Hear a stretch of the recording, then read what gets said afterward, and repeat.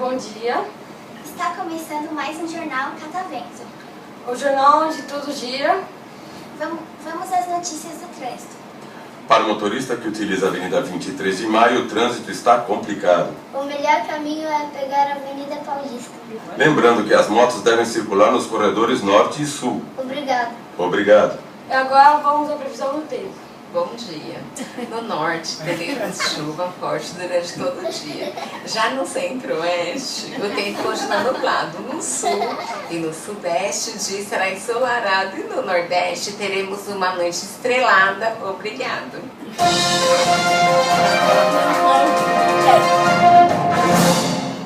Um fenômeno sem explicação vem ocorrendo neste momento na cidade de São Paulo. As pessoas simplesmente começaram a voar. Vamos às imagens ao vivo. Deixa o acontecimento.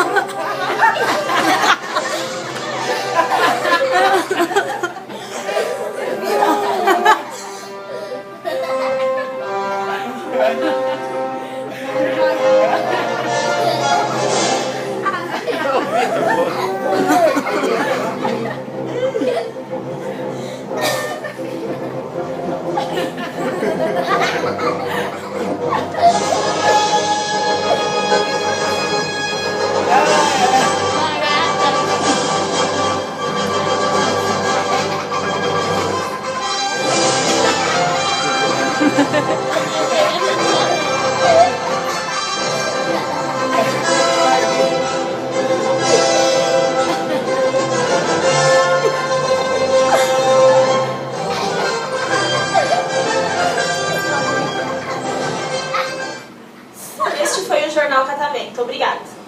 Obrigado.